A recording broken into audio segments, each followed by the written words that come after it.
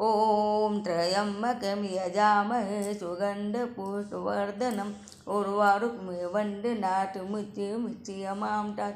भोलेनाथ माँ पार्वती की जय। राधे राधे। जय श्री कृष्ण। जय गणेश भगवान। सावन का महीना आज से शुरू हो चुका और इस महीने में बहुत सारे पर्व मनाए जाते हैं जो खुशियों का त्यौहार होता है।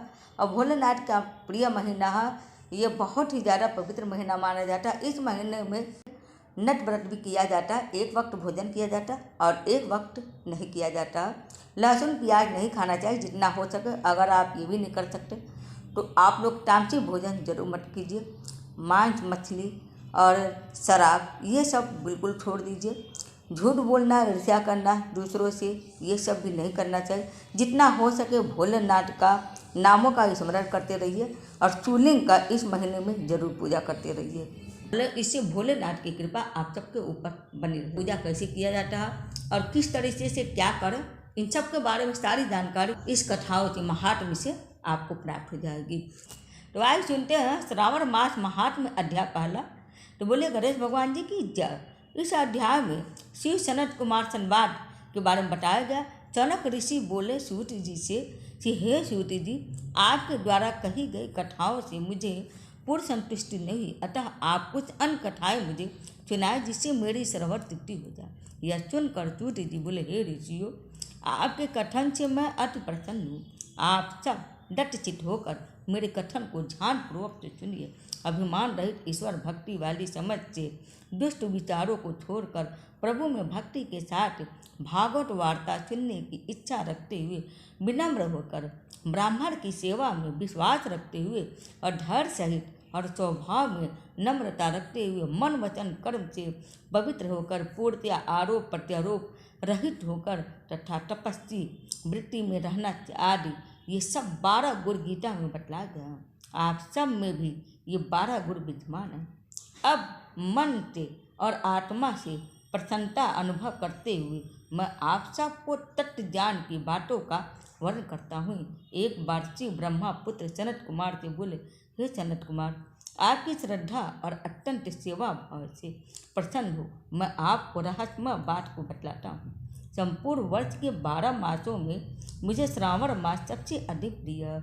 इस मास का महात्म्य श्रवण से ही मनोकामना पूर्ण हो जाती है, इसलिए यह मास श्रावण मास कहलाता है। पूर्णमासी श्रवण नक्षत्र योग होने पर भी इस मास को श्रवण मास कहा जाता है। आकाश की तरह निर्मल बनने को नभा कहा गया है। इस मास के गुण एवं धार्मिक बातों का वर्णन करना तीनों लोकों में किसी भी सांसारिक प्राणी अथवा देवी देवताओं की शक्ति से भी परे है।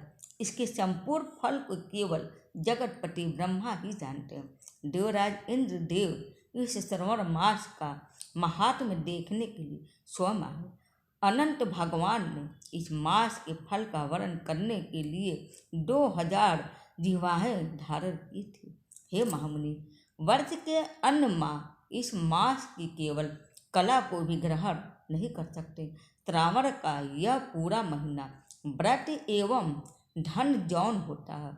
यह मास में व्रत आदि पूरे कार्य करने चाहिए। सनत कुमार बोले, हे प्रभु जी, आपने बतलाया है कि इस मास को सारी तिथियां व्रत धारण करने के लिए होती है, अतः हे महाभाग, यह सब आप मुझे विस्तार से बतला कि किस दिन अथवा किस वार को और कौन सा व्रत किया जाता और उस व्रत को करने का अधिकारी कौन होता है, उसका क्या फल होता है, वह व्रत किसने और कब किया, इसकी विधि क्या है, किस देवता की पूजा होती है, पूजन सामग्री में कौन कौन सी वस्तुएं सम्मिलित की जानी चाहिए और जाती है, उसमें मुख्य पूजन किसका होता है, रात्रि जागरण किस प्रकार किया जाता है, व्रत दिन के किस समय किया जाना चाहिए और कौन सा व्रत कब किया जाना चाहिए। हे प्रभु, आप मुझे विस्तार पूर्वक बतलाएं कि यह मास आपको क्यों प्रिय है, श्रावण मास में कौन कौन से अनुष्ठान किए जाते हैं,